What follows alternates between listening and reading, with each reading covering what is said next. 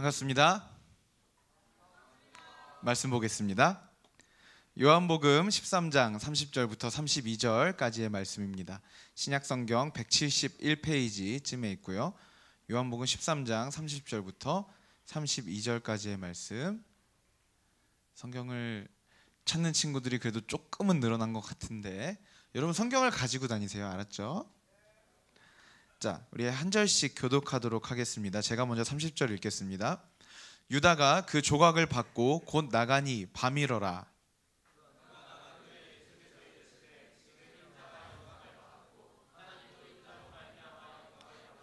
함께 읽겠습니다. 만일 하나님이 그로 말미암아 영광을 받으셨으면 하나님도 자기로 말미암아 그에게 영광을 주시리니 곧 주시리라. 아멘. 여러분, 대대로 기독교 집안이거나 모태신앙 출신인 친구들은 굉장하게 익숙한 축복이 한 문장이 있을 겁니다. 사실 그 말씀을 하시는 분의 의도는 축복인데 몇 번 듣다 보면 세뇌 혹은 강요로 들리는 그런 멘트가 있어요. 한번 생각해 보세요. 나의 가정에 그런 멘트가 있는지. 자, 그 멘트가 뭘까요? 띄워주세요. 짠! 하나님, 우리 세영이 크게 돼서 하나님께 영광 돌리는 삶을 살게 해주세요. 이 기도를 정말 수도 없이 받아봤습니다. 그쵸? 자, 인정하면 끄덕끄덕. 고맙습니다. 네, 충분한 공감을 받았습니다. 물론 여기서 뭐 크게 돼서 이거 제외하고도 뭐 성공해서 훌륭한 사람이 돼서 이런 유의어, 이런 유사어들이 있습니다. 아무튼 그렇게 자라온 우리의 의식 속에는 뭔가 잘 돼서 하나님께 영광을 돌려야 한다라는 그런 인식이 강력하게 자리 잡고 있습니다. 오늘 이제 청소년 크리스천 Y 시리즈 세 번째, 우리는 성공해야 하나님께 영광을 돌릴 수 있는가에 대한 설교를 준비해 왔습니다. 일단 여러분, 하나님께 영광을 올려드린다 라는 점에서는 굉장히 좋은 축복이고 좋은 표현입니다. 우리 장로교의 신앙의 뿌리와도 같은 웨스트민스터 신앙고백서에 보시면요, 제일 중요한 1문 1답에 이런 질문이 있습니다. 사람의 제일 되는 목적은 무엇입니까? 쉽게 말하면 사람은 왜 삽니까? 사람은 무엇을 위해 살아야 정상적인 겁니까? 라고 물어보는 거죠. 자, 그에 대한 대답이 뭐라고 나와 있냐면, 벌써 띄워줬네요. 빠르네요. 자, 우리 함께 읽어봅시다. 사람의 제일 되는 목적은 무엇입니까? 자, 한 번 더. 사람의 제일 되는 목적은 무엇인가요? 귀찮아도 한 번 더. 여러분들은 왜 삽니까? 네, 이게 교과서적인 대답입니다. 여러분 어디 가서 신앙 좋아 보이고 싶을 때는 이 목적을 꼭 기억하시고 꺼내서 쓰시면 되겠습니다. 하나님을 영화롭게 하고 그 하나님께 영광을 돌리는 그 삶 자체가 우리가 굉장히 즐거운 삶인 거예요. 그 하나님을 영화롭게 하고 영광을 돌리고 그리고 그 하나님을 즐거워하는 그것이 우리 삶의 목적이라고 우리는 가르치고 있습니다. 그런데 문제는 뭐냐면요, 이것이 우리의 삶의 분명한 목적인 것은 맞는데 문제가 뭐냐면 우리가 어떻게 하는 것이 하나님께 영광을 올려드리는 삶인지, 어떻게 하는 게 하나님께 영광을 올려드리는 것인지 우리가 그것을 구체적으로 생각하거나 자세히 배울 기회가 많지 않다라는 것이죠. 여러분, 하나님께 영광 올려드린다, 하나님께 영광 올려드리는 삶, 그런 걸 생각하면 여러분 어떤 장면들이, 어떤 삶이 생각이 나시나요? 저는 그 생각이 가장 먼저 나요. 그러니까 너무 단순해서 제일 먼저 드는 생각은 이제 어디 시상식 같은 데서 이 영광을 하나님께 올려드립니다. 그런 장면 있잖아요. 그런 장면이 저는 가장 많이 생각이 나요. 물론 그거 굉장히 귀한 고백입니다. 여러분, 대중들 앞에서 그런 고백하기 쉽지 않아요. 저는 그 고백을 굉장히 귀하게 봅니다. 그리고 또 어떤 장면이 있을까요? 예전에 그 가수 소향 씨가 그 찬양을 이제 나는 가수다 나가고 찬양을 부른 적이 있어요. 그래서 그 찬양이 막 울려 퍼지고 사람들은 막 기립박수 치고 막 이러는데 그때 뭔가 하나님이 영광 받으시는 것 같더라고요. 뭐 이런 것도 있겠고, 또 아니면은 대단한 업적을 쌓은 이후에 뭐 자서전 같은 걸 써가지고 그 다음에 이게 다 하나님께서 도와주셔서 가능했던 일입니다 라고 고백을 하거나, 뭔가 그런 일들과 연관이 있는 것처럼 느껴지는 거예요. 즉, 이 땅에서, 이 세상에서 하나님께 영광을 올려드리는 삶이 무엇입니까? 라고 우리에게 물어보면 우리는 자동적으로 뭔가 성공과 성취와 이런 부분과 연결지어서 생각할 수밖에 없다라는 거죠. 그런데 문제는 뭐예요? 우리 중에 가수가 될 사람이 몇 명 없다는 거죠. 우리 중에 연기자가 될 사람이 몇 명이 없다는 거예요. 우리 중에 정말 위대한 성공을 해서, 위대한 성취를 해서, 마치 에어컨을 만들어 주신 캐리어 아저씨처럼 그 위대한 발견을 하셔서 자서전을 쓰실 분이 몇 명이 없다라는 거죠. 자, 여러분, 그렇다면 우리는 자연스럽게 나는 하나님께 영광을 올려드리는 우리 삶의 목적, 마땅히 인간이 태어났으면 그렇게 살아야 가장 아름다운 그 목적대로 사는 것을 포기하게 돼요? 포기하지 않게 돼요? 자연스럽게 포기하게 되겠죠. 왜요? 내 삶에는 그렇게 위대한 업적과 성취와 성공을 찾아보기 힘들기 때문입니다. 포기 안 했구나. 전혀 공감이 안 된다는 표정을 짓고 있는데, 포기 안 했으면 잘했어요. 파이팅! 여러분들 응원합니다. 오늘 정말 뭔가 여러분 약간 냉철한 심사위원 같아요. 냉철한 심사위원 같은데, 네, 포기 안 했으면 정말 잘한 거고요. 오늘 우리가 읽은 본문은요, 예수님이 십자가에 못 박히시기 전날에 제자들과 마지막 만찬을 하시던 도중에 일어난 일입니다. 예수님께서 식사하시던 도중에 갑자기 벌떡 일어나십니다. 그러더니 제자들의 발을 씻기기 시작하시는 거예요. 외투를 벗으시고 수건을 허리에 감고 무릎을 꿇고 물을 떠와서 제자들의 발을 씻기시는 거예요. 그렇게 하신 후에 제자들 중에 한 명이 오늘 예수님을 팔 것이다 라고 이야기합니다. 여러분, 분위기 얼마나 좋았겠어요. 예수님이 제자들의 발을 씻기면서 내가 너희의 발을 씻긴 것처럼 너희도 서로 그래라. 제자들 또 은혜와 감격의 도가니 탕이었겠죠. 막, 진짜 우리 예수님 정말 너무.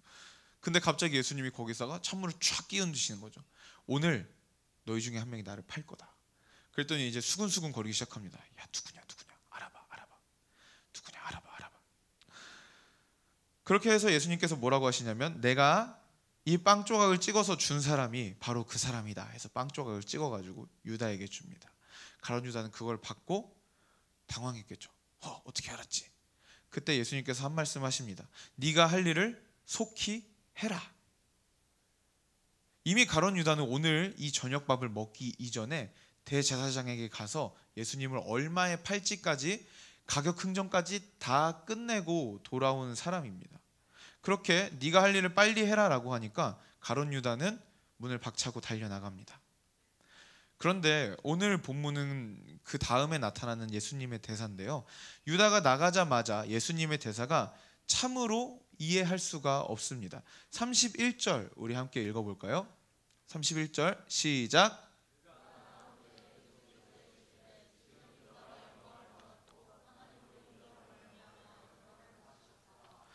자, 여러분, 3년간 가르쳤던 제자가 예수님을 팔고자 뛰쳐나간 순간입니다. 3년간 그냥 단지 학교에서 가르친 게 아니라 같이 먹고 같이 자고 그냥 24시간을 3년간 붙어 다닌 제자예요.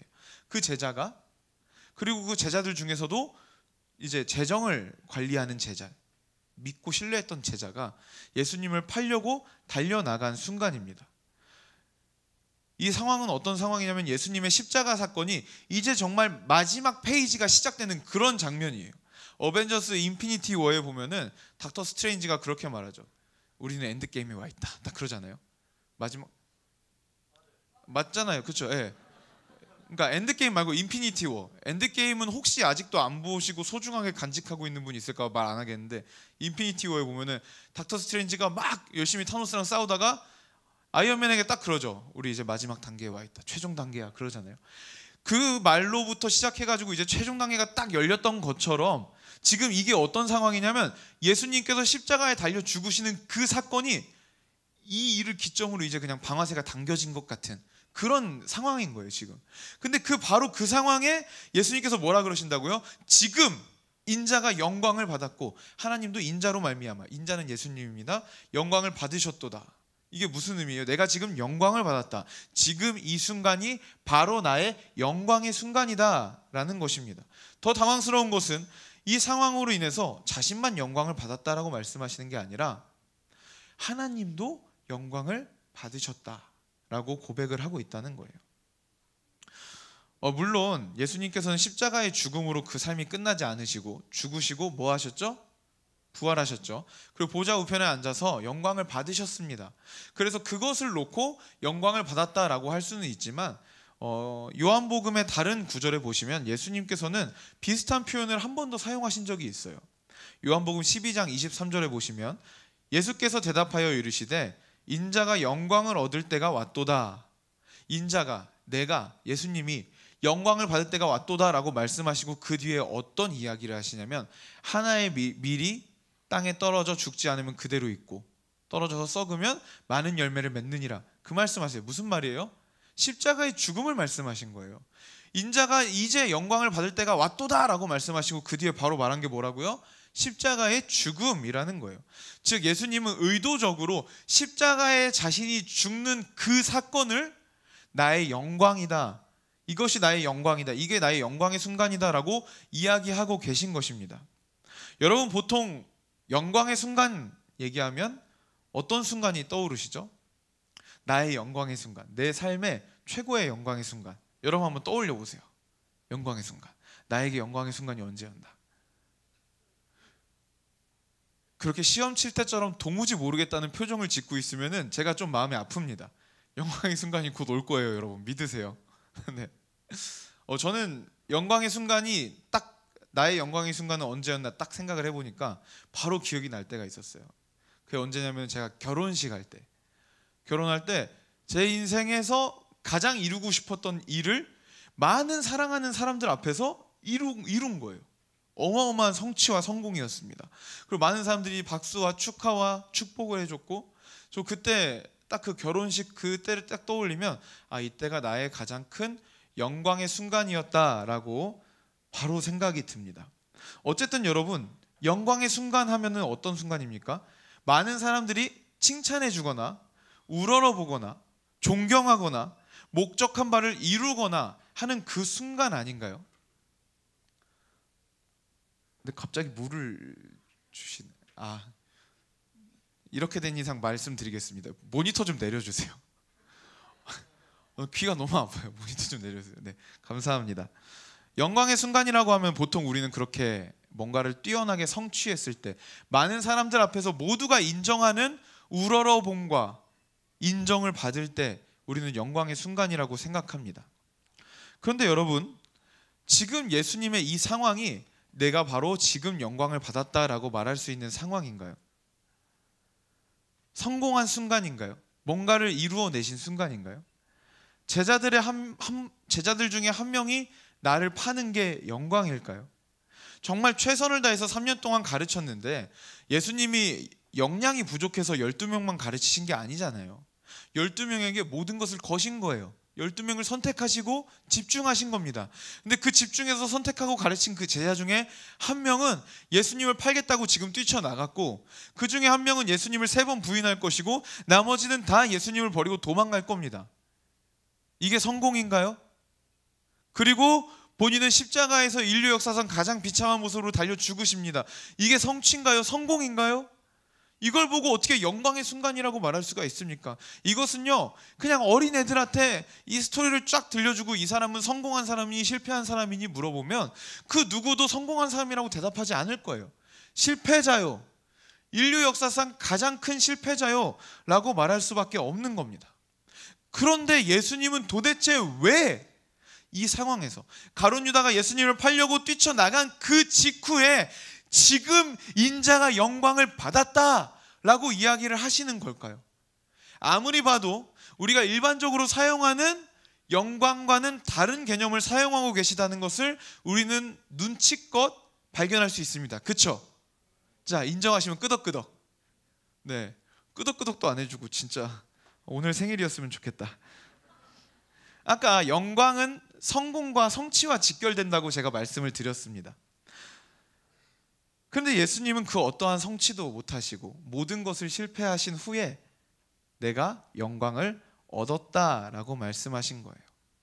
여러분, 이 부분이 제 계획상이면 지금 여러분들은 굉장히 궁금해야 돼요. 빨리 답을 말해줘요 라는 눈빛을 나한테 보내야 돼요. 도대체 예수님한테는 뭐가 영광이었습니까? 도대체 예수님한테는 뭐가 영광이었길래 이걸 영광이라고 하신 거죠? 강도사님 궁금해요, 알려주세요 라는 눈빛을 보내주셔야 돼요. 그래야 넘어갈 수 있고 그래야 설교가 빨리 끝납니다. 궁금하죠? 자, 보여드리겠습니다. 자, 예수님의 영광은 무엇이었을까요? 띄워주세요. 자, 예수님의 성공은 뭐라고요? 하나님의 뜻이 내 삶 가운데 이루어지는 것, 그것이 나의 가장 큰 영광이고 이것이 하나님께 영광이었다라고 생각을 하시는 거예요.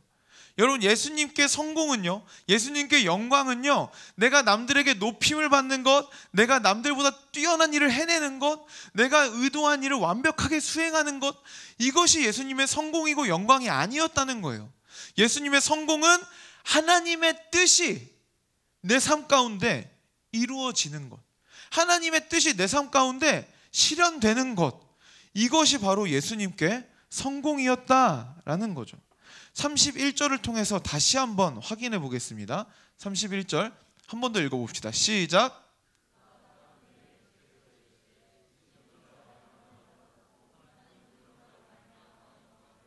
자, 그대로 두세요. 자, 가룟 유다가 나간 후에 이제 예수님은 팔리십니다. 십자가에 달려 죽으십니다. 나 개인으로 볼 때, 예수님 개인으로 볼 때 그것은 괴로운 일이에요, 아니에요? 너무 괴로운 일이죠. 피하고 싶다고 3번이나 기도하셨잖아요. 그렇죠? 그 정도로 괴로운 일인데 예수님은 그것이 하나님의 뜻이기 때문에, 하나님의 뜻이 내 삶 가운데 이루어지는 그 순간이 임박했기 때문에 예수님은 내가 영광을 받았다라고 말씀을 하신 겁니다. 그리고 여러분, 우리가 초두에 관심을 가졌던 하나님께 영광 올려드리는 그 삶이 뭔지도 여기서 설명하고 계세요. 그리고 그 하나님의 뜻이 내 삶 가운데 이루어짐으로써 하나님도 나로 말미암아 영광을 받으셨다라고 고백하고 있는 겁니다. 여러분, 그렇다면 우리의 영광은 무엇이고, 우리의 성공은 무엇이고, 우리가 하나님께 영광을 올려드리는 삶이 무엇인지 다음과 같이 정리해 볼 수 있습니다. 넘겨주세요. 자, 다 함께 읽어봅시다. 시작.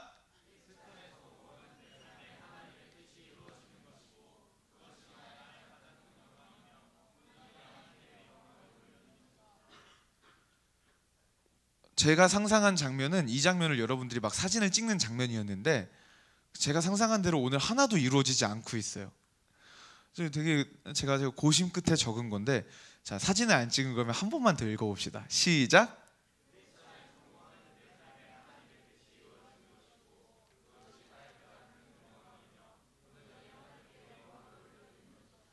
아멘. 우리 그리스도인에게 있어서 성공은요, 세상의 기준과 달라야 됩니다.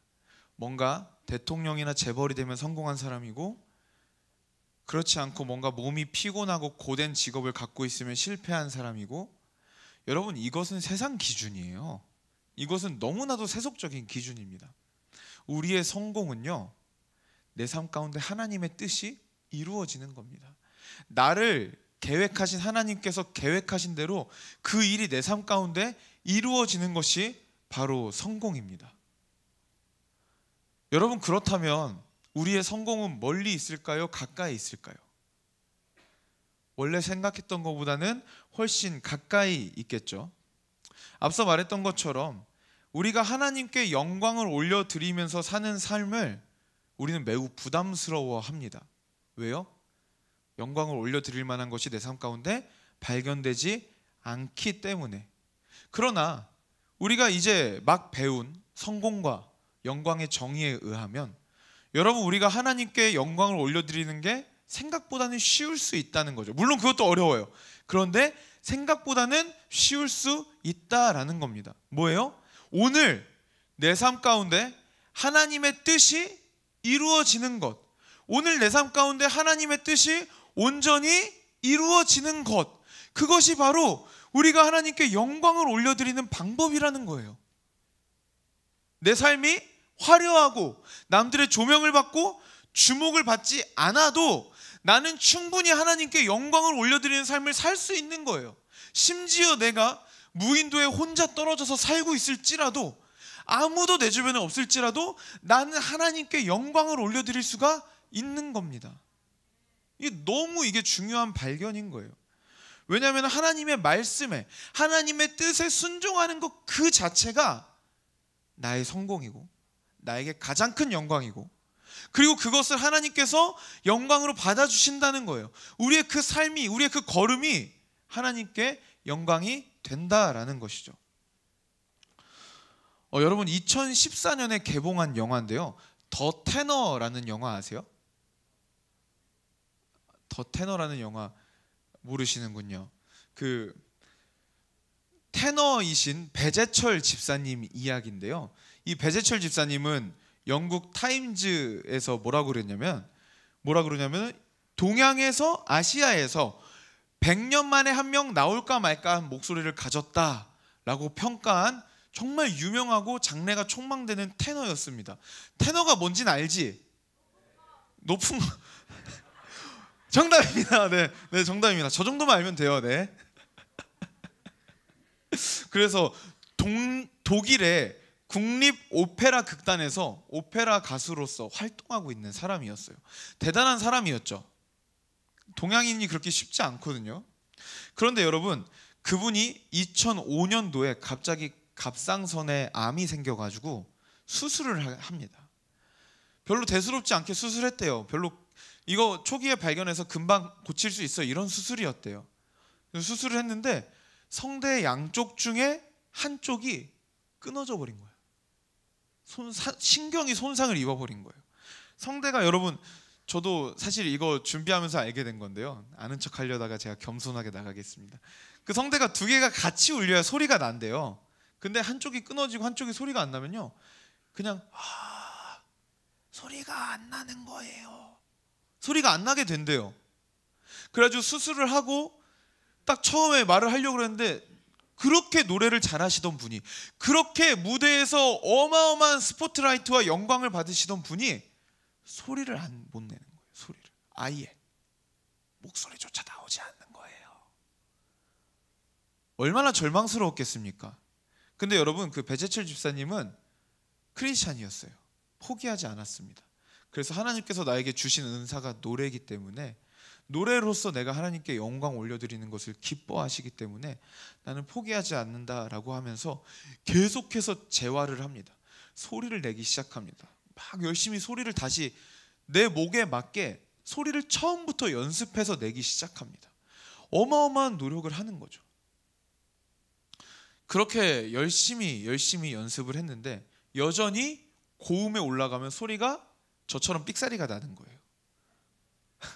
고음만 올라가면 삑사리가 나는데 고음만 올라가면 저처럼 삑사리가 나는 거예요, 그분이. 그래갖고 도저히 복귀를 할 수 없는 그런 상황이었습니다. 무대가 그리웠다고 하시더라고요. 간증하는 영상을 봤는데 무대도 그리웠고 노래가 너무 하고 싶었대요. 그런데 정말 끝까지 포기하지 않고 재활을 하다가 그 다음에 바로 처음으로 노래한 곳이 어디였냐면, 온누리교회에서 개최하는 이제 러브 소나타라는 행사가 일본에서 있었는데, 그곳에 초대받아서 찬양을 한 곡 해달라고 했답니다. 그래서 그 찬양 한 곡을, 너무 어렸을 때부터 계속 불러왔던 그 찬양 한 곡을 3달 동안 그 어떨 때보다 가장 열심히 준비를 했대요. 그래서 그렇게 준비를 하고 무대 뒤에서 이제 노래를 부르려고 무대 뒤에서 목소리를 이렇게 풀어봤는데 목소리가 또 나오지 않는, 그 어느 때보다 나오지 않는 거예요. 그때 그분이 했던 기도가 제 심금을 울렸습니다. 그분이 뭐라고 기도했는지 아세요? 하나님만 들으세요. 하나님만 들으세요. 남들이 내 노래를 듣고 실망했어, 완쾌가 안 됐네, 별로네, 저 정도는 나도 하겠네, 이런 얘기, 이런 평가 다 필요 없습니다. 신경 쓰지 않겠습니다. 하나님께만 올려드리는 찬양이니까 하나님만 들으세요 하고 나가서 부른 찬양이 나 같은 죄인 살리신이라는 고백이었습니다. 여러분, 이 이야기를 간증으로 듣고 나서 제가 참 제 삶이 많이 따뜻해졌어요. 그 이유가 뭐냐면요, 우리의 삶도 그거와 같은 것 같아요. 우리의 삶도, 우리가 노래하는 사람은 아니죠, 그렇죠? 노래하는 사람은 아니지만 여러분, 우리의 삶이 노래라고 해봅시다. 배재철 집사님은 그래도 영광의 순간들이 있었죠. 많은 사람들의 갈수박채와 앵콜을 받았던 적들이 있었죠. 그러나 그 베드로 집사님이 깨달은 건 뭐예요? 내 진짜 영광의 순간은 하나님 지금입니다. 사람들이 주목하지 않고 사람들은 도무지 박수갈채를 보내지 않는 상황일지라도 하나님 당신께만 찬양을 올려드리는 지금이 바로 내 영광의 순간입니다 라고 하면서 그 찬양을 올려드렸다라는 것이죠. 우리의 삶도 그와 같습니다. 남들 보기에는 그다지 영광스러운 삶이 아닐지 모릅니다. 남들 보기에는 평범한 삶이고 그냥 굉장히 평범하게 혹은 평범 이하의 삶일 수도 있습니다. 그러나 여러분, 우리가 배재철 집사님처럼 하나님만 들으세요, 하나님만 보세요 라는 고백으로 우리의 날마다의 삶을 하나님 기뻐하시는 삶으로 이끌어가기 시작할 때 여러분, 하나님은 우리를 통해서 영광을 받으시는 것입니다. 그것이 바로 우리의 삶의 목적이고 그것이 바로 우리의 삶이 온전히 그 목적이 이루어지는 순간인 줄 믿습니다. 여러분, 오늘 여러분들께 도전하고 싶습니다. 여러분, 우리의 삶의 목적은 하나님께 영광을 올려드리는 것입니다. 그러나 그 영광을 올려드리는 것은 우리가 생각했던 것처럼 어렵고 버거운 일이 아니었습니다. 남들보다 뛰어나야만 영광을 올려드릴 수 있는 것이 아니고 남들이 하기 힘든 일을 해내야만 우리가 하나님께 영광을 올려드릴 수 있는 것이 아니었습니다. 오히려 가장 평범한 일상 속에서, 가장 평범한 매일의 삶 속에서 하나님의 말씀에 순종하기 위해서 발버둥 치는 그 우리의 매일의 삶이 하나님께 영광이 되는 줄 믿습니다. 그것이 바로 우리에게 영광의 순간이요, 그것이 바로 하나님께 온전한 영광이 될 줄 믿습니다. 우리 이 시간에 함께 기도하며 나아가면 좋겠습니다. 이 시간 기도할 때 우리가 포기했던, 우리가 잠시 내려놨던 우리의 삶의 목적을 다시 한번 깨달으기를 소망합니다. 하나님, 우리가 하나님께 영광 올리는 삶을 살고 싶은데 그러기엔 내 삶이 너무 평범해서, 그러기엔 내 삶이 너무 초라해서 포기하며 살 때가 많았습니다. 그러나 주님, 우리의 매일의 삶 속에서 하나님의 뜻이 내 삶 가운데 이루어지는 것 멀리 보지 않겠습니다. 오늘 하루 그리고 내일 하루, 그냥 그렇게 매일매일 삶 가운데서 하나님의 뜻이 내 삶 가운데 이루어지기 위해서 내가 그 일을 위해 살겠습니다. 하나님, 그것이 나의 영광이고 하나님께 영광이 되는 줄 믿습니다. 우리 그러한 고백으로 우리 다시 한번 하나님, 내가 주님께 영광 올리는 삶을 살 수 있도록 주님 도와주시옵소서. 그렇게 우리의 입술로 고백하며 나아갑시다. 고백합시다.